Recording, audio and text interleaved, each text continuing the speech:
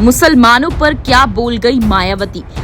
हार के बाद खुलकर बोली बसपा प्रमुख मायावती। मास्टर प्लान के साथ बसपा की होगी वापसी।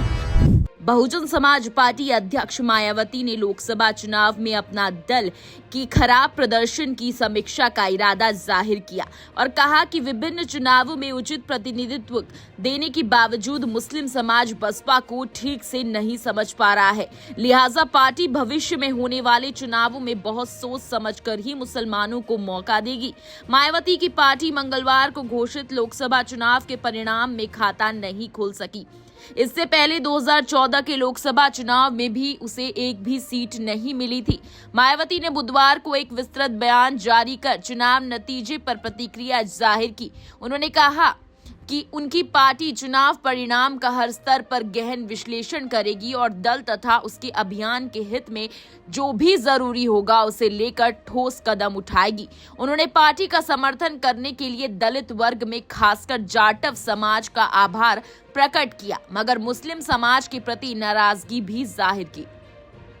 मायावती ने कहा, बहुजन समाज पार्टी का खास अंग मुस्लिम समाज जो पिछले कई चुनावों में व इस बार भी लोकसभा चुनाव में उचित प्रतिनिधित्व देने के बावजूद बसपा को ठीक से नहीं समझ पा रहा है, तो अब ऐसी स्थिति में आगे इनको काफी सोच समझ के ही चुनाव में पार्टी द्वारा मौका दिया जाएगा ताकि पार्टी को भविष्य में इस बार की तरह नुकसान न हो। गौरतलब है कि इस साल लोकसभा चुनाव में बसपा ने सबसे ज्यादा 35 मुस्लिम उम्मीदवारों को टिकट दिए थे।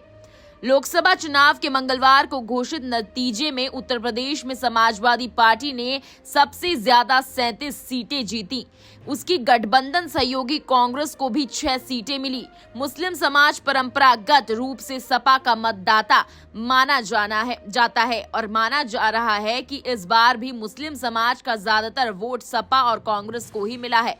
मायावती ने कहा, लोकसभा चुनाव का जो भी वह जैसा भी नतीजा आया है वह लोगों के सामने है और उन्हें ही अब देश के लोकतंत्र, संविधान व देश हित आदि के बारे में सोचना और फैसला करना है।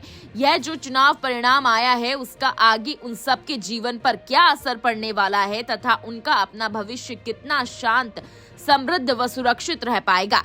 मायावती ने लोकसभा चुनाव भीषण गर्मी में कराए जाने पर भी ऐतराज जताते हुए कहा कि उनकी पार्टी शुरू से ही चुनाव आयोग से मांग करती रही है कि चुनाव बहुत लंबा नहीं खींचना चाहिए और आम लोगों के साथ साथ चुनाव ड्यूटी में लगाए जाने वाले लाखों सरकारी कर्मचारी के हितों को ध्यान में रखते हुए चुनाव ज्यादा से ज्यादा 3 या 4 चरणों में ही कराया जाना चाहिए।